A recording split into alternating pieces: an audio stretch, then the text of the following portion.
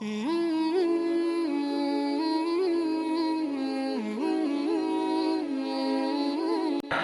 ayyuhalladzina amanu, hei orang-orang yang telah beriman, qu anfusakum wa ahlikum nara.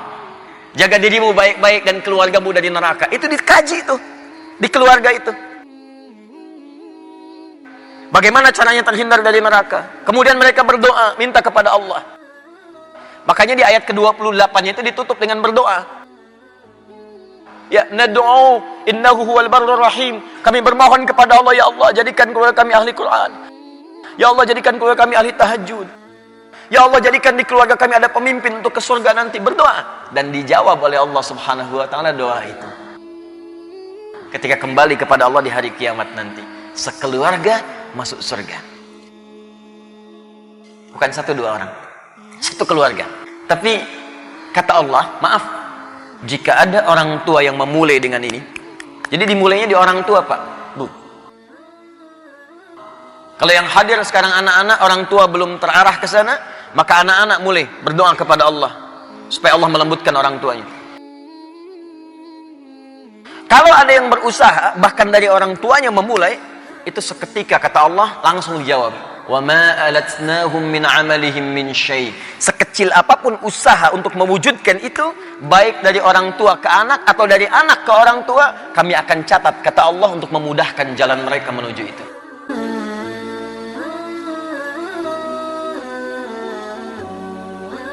Saudara-saudariku, alhamdulillah kembali kita diberikan kesempatan oleh Allah untuk menjalani kehidupan di hari ini, dan telah kita awali alhamdulillah dengan menunaikan salat subuh berjamaah. Dan boleh jadi di antara kita ada yang mengawali lebih dini dengan menunaikan tahajud, berpikir, beristighfar di waktu sahar. Semoga seluruh ibadah kita sampai dengan subuh ini diterima oleh Allah Subhanahu wa taala.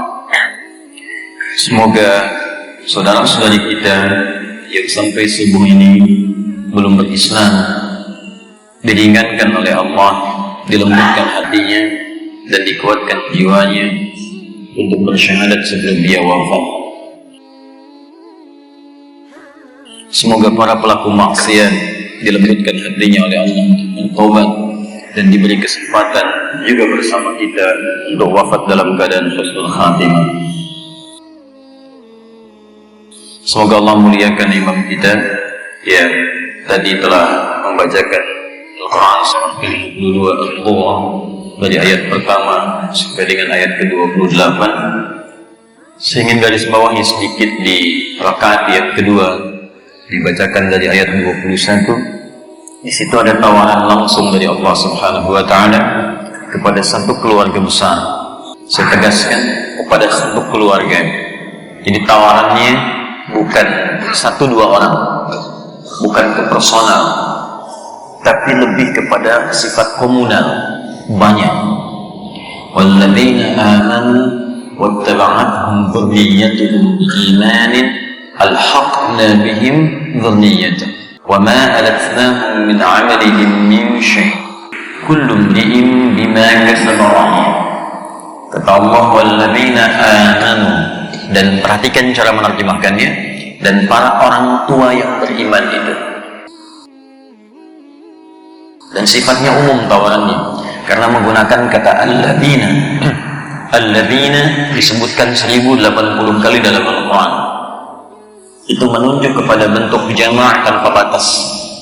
Jadi laki-laki, perempuan, tanpa sifat sosial. Mau yang merasa kaya atau cukup, punya kedudukan atau tidak, kata Allah, saya tawarkan seluas-luasnya. Sepanjang orang tua ini punya iman, dia beriman kepada Allah Subhanahu wa ta'ala. Kemudian ini yang paling menarik, jika disebutkan, ini rumus dalam tafsir ya, jika disebutkan kalimat iman, itu umumnya akan bersanding dengan amal soleh. Ini sudah rumus. Jadi kalau ada iman, setelahnya amal soleh. Ada iman, setelahnya amal soleh. Dibagi 3 bagian rumus ini. Pertama, rumus dasar yang disebutkan kalimat imannya, lalu disebutkan kalimat amal solehnya. Biasanya dalam bentuk jama', dari tunggal ke jamak.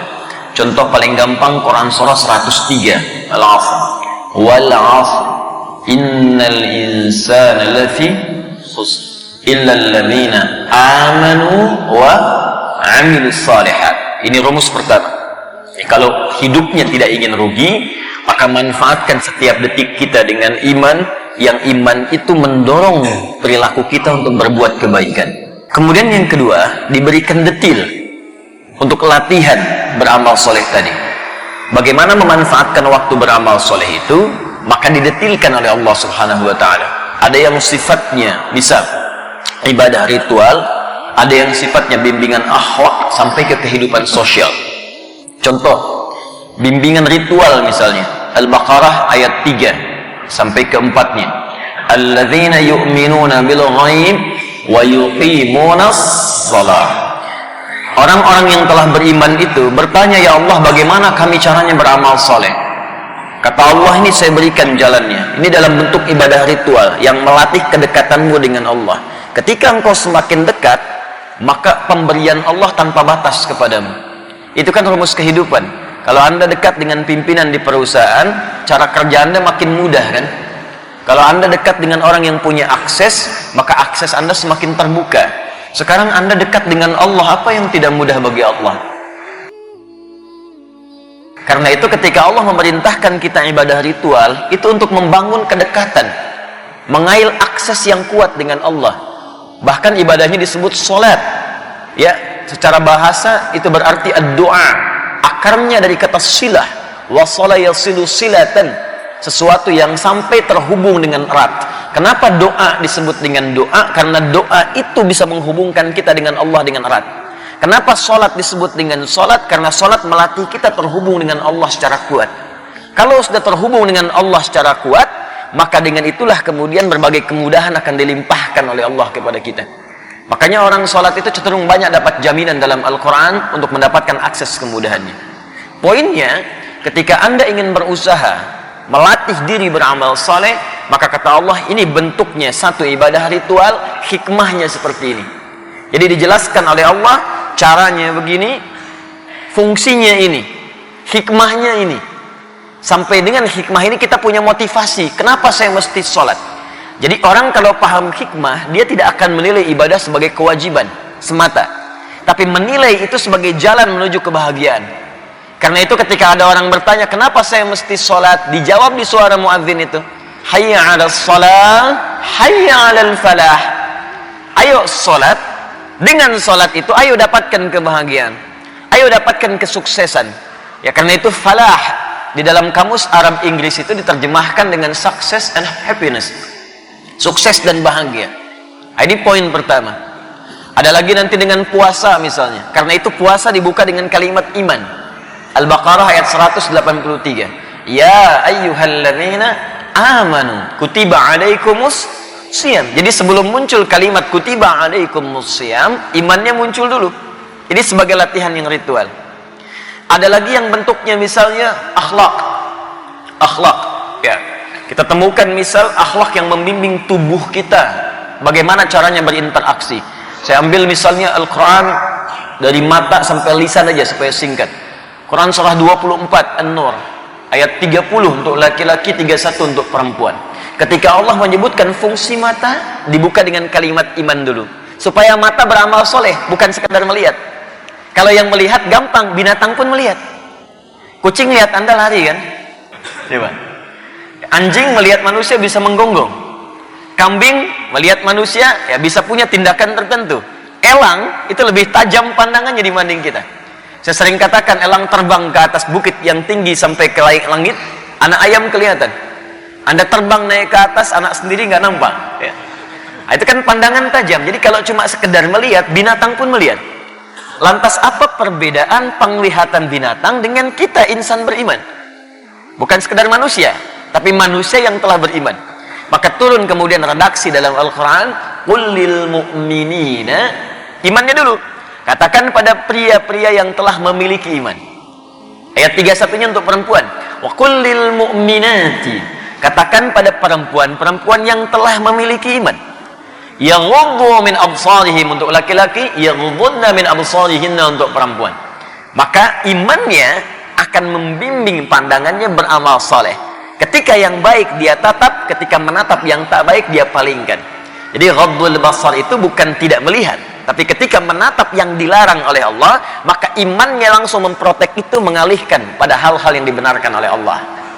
Nah, itu akhlak. Ya. Quran surah 49 ayat 11 sampai 12. Ya ayyuhalladzina amanu kalisan la yaskhar qaumil qaum.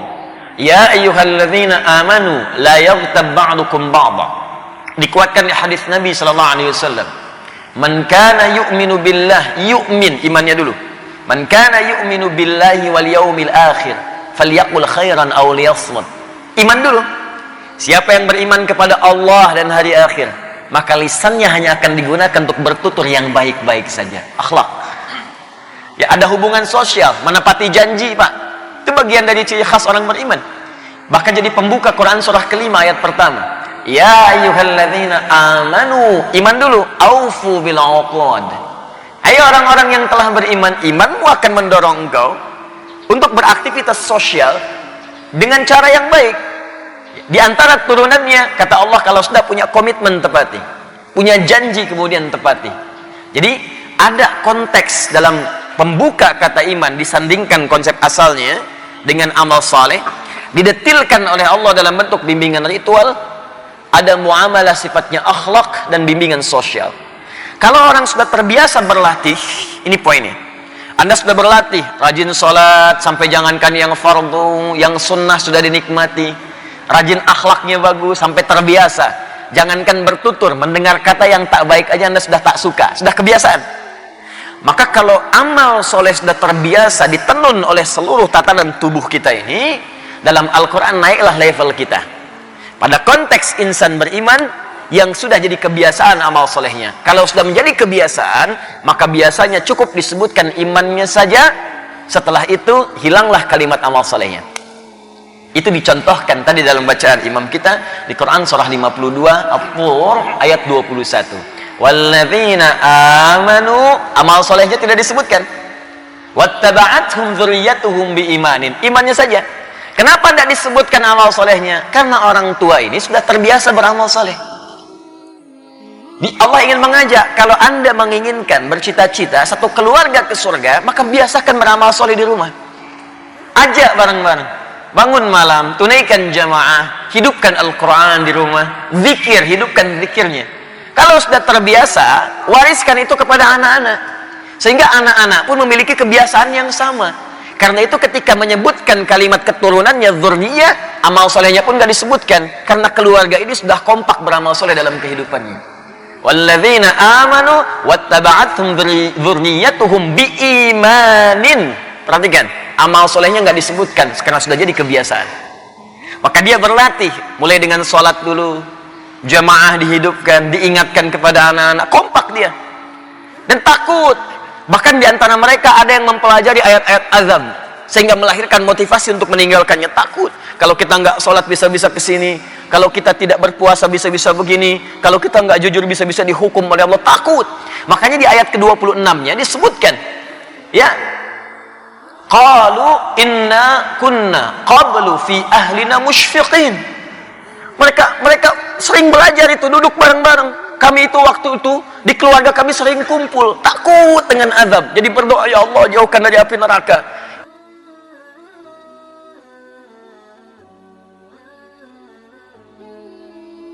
Itu yang dimaksud di Quran surah ke-66 ayat ke-6. Ya ayyuhalladzina amanu, hei orang-orang yang telah beriman, qu anfusakum wa ahlikum nara.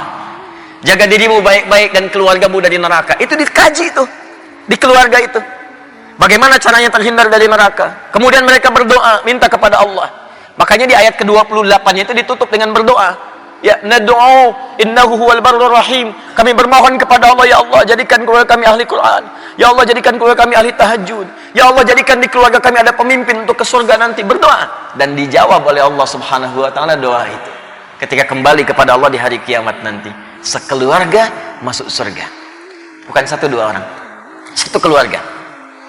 Tapi kata Allah, maaf, jika ada orang tua yang memulai dengan ini, jadi dimulainya di orang tua, Pak.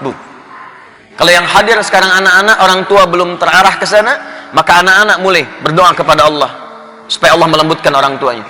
Kalau ada yang berusaha, bahkan dari orang tuanya memulai, itu seketika kata Allah langsung dijawab. Wa ma alatnahum min amalihim min syai. Sekecil apapun usaha untuk mewujudkan itu, baik dari orang tua ke anak atau dari anak ke orang tua, kami akan catat kata Allah untuk memudahkan jalan mereka menuju itu. Makanya dulu banyak orang, Pak, bapaknya nggak hafal Quran tapi sering berdoa, ya Allah jadikan bagian dari anakku, ya Allah jadikan bagian dari anakku, ya Allah. Ada yang ahli Quran, ada yang ahli fiqih, bahkan nanti dari anak ada juga yang berdoa, ya Allah jadikan bagian dari orang tua ke orang yang baik, ya Allah jadikan begini. Itu chemistry-nya kalau nyambung dicatat oleh Allah. Itu yang terjadi pada Al-Imam Asy-Syafi'i misalnya, saya contohkan. Ya, bapaknya Idris berdoa, minta, bahkan diantara doanya itu memohon kepada Allah dengan bertafaul kepada kakeknya Syafi'i, kakek buyutnya. Ya, kakek buyutnya Syafi'i itu kan dari kalangan sahabat, berjumpa dengan Rasulullah SAW. Makanya ditafaulkan mengambil nama kakek supaya mendapatkan keberkahan dengan izin Allah dari nama itu untuk melekat kepada dirinya, pada nilai kebaikannya. Kan kalau kita urut Syafi'i itu nama kakek ketiga, kakek buyutnya. Ya, Muhammad bin Idris bin Al-Abbas bin Uthman bin Syafi'i. Maka dikenal dengan Asy-Syafi'i. Apa yang terjadi? Bapaknya Idris mungkin biasa-biasa saja, tapi anaknya jadi bintang dalam kehidupannya sampai dengan sekarang. Itu yang terjadi pada Imam Ahmad bin Hanbal, sampai hafal 1 juta hadis. Itu yang terjadi pada Al-Imam Al-Bukhari. Bapaknya bahkan wafat duluan. Ya, seperti dua yang tadi saya sebutkan.